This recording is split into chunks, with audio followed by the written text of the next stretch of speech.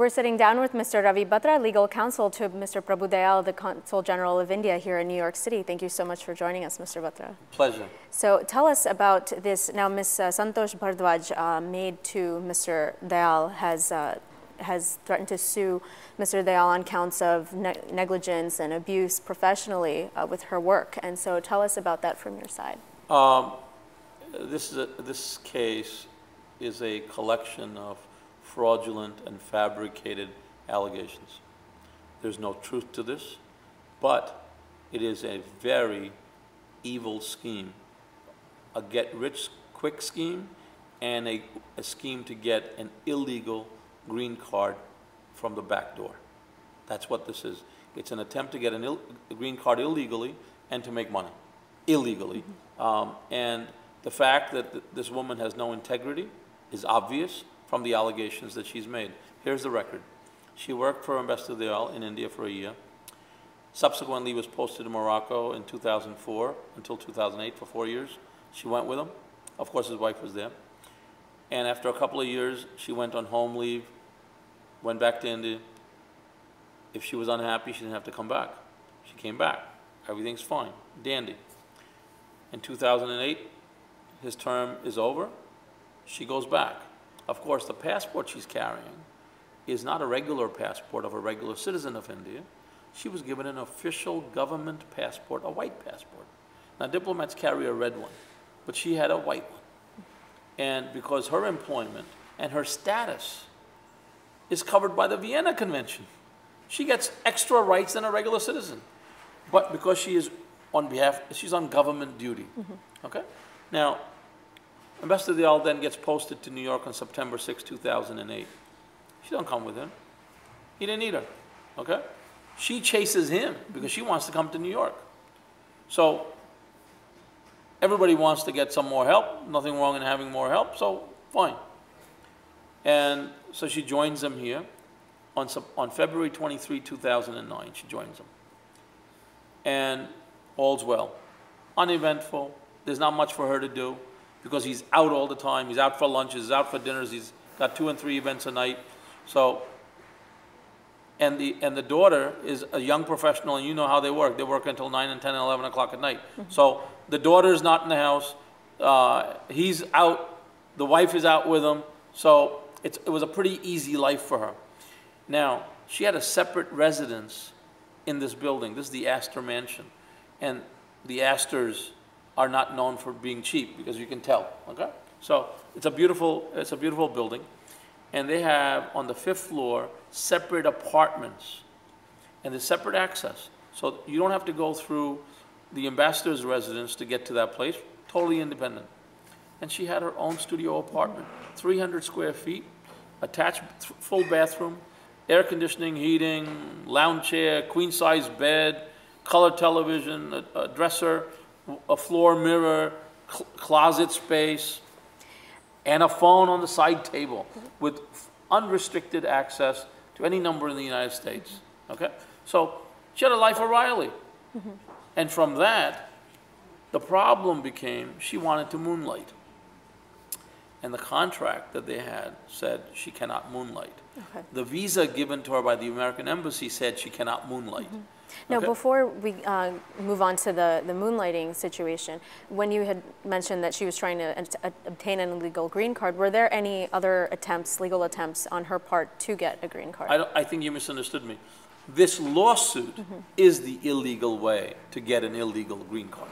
Right. But were there any legal attempts on her part beforehand? She's not entitled.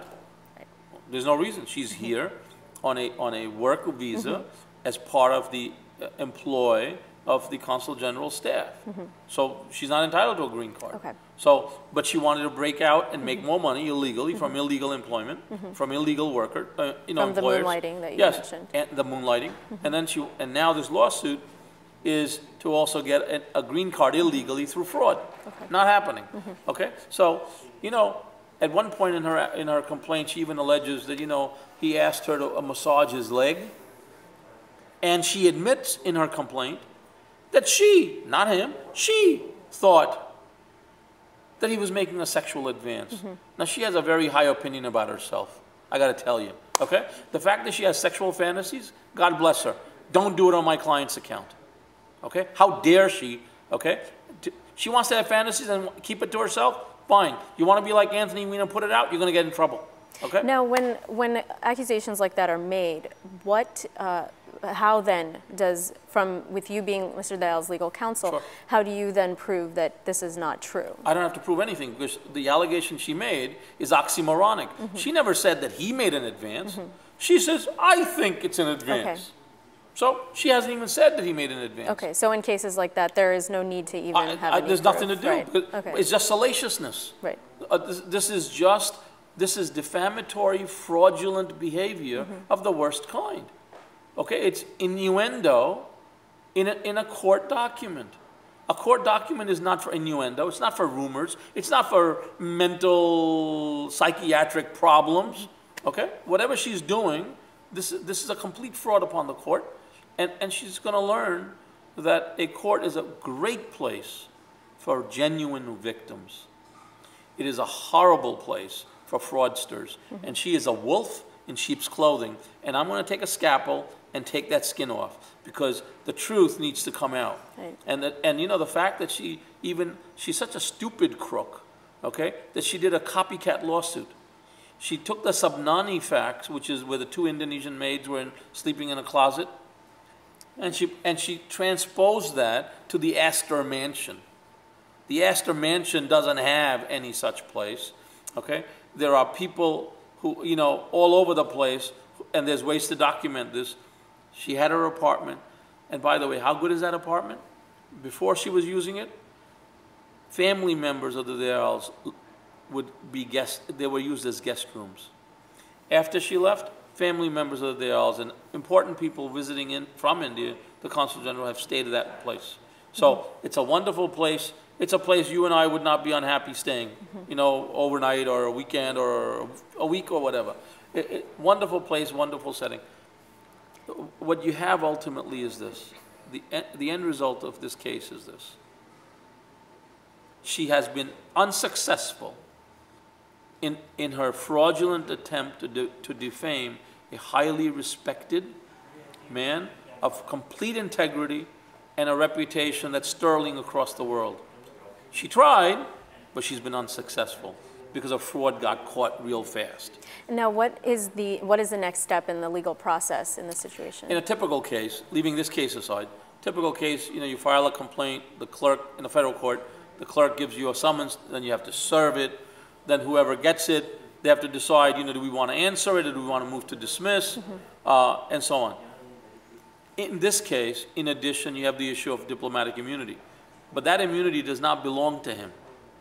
It belongs to the government of India. Only they can assert it, and only they can waive it. Okay? So he has to await instructions on that level. So what occurs down the road will depend upon governmental position taken. I am delighted to tell you, however, that the Indian government issued a statement of unqualified, complete support for him in this case, and made it very clear that the charges against him are motivated and fabricated, which they are. And she's in a lot of trouble. And if her lawyers, the Legal Aid Society, who I've had a lot of respect for, and I've supported them in the past, however, their due diligence in this case sucks and is substandard. Okay? Now, knowing what they now know, that her allegations are false, if they continue to maintain this case, they also, like her, can become a subject of a Rule 11 motion, which is seeking full indemnification for all costs and fees imposed upon Ambassador Dayal and his family, as well as sanctions that the court may impose for committing fraud upon the court. Because a courthouse, like a house of worship, is not a place for anything other than good behavior. And fraudulent behavior is not good behavior. Well, Mr. Batra, thank you so much for joining us, and the best of luck on your case. Thank you. We're standing here in front of the apartment which Mr. Batra mentioned Ms. Santosh Bhardwaj was living in while working for Mr. Prabhu Dayal. We'll be going inside to check out the premises. Here we're looking at the bathroom, which is upon the entrance of the apartment with full shower, sink, toilet, plumbing. And here we're looking at the bed that is located in the living room. It is a studio apartment. And we've got the seating with ottomans and a television, drawer and cabinet storage, as well as a couch placed right here in the corner of the living room. We have here a chair with a full AC unit behind it and the full window. And over here we've also got full closet storage space as well.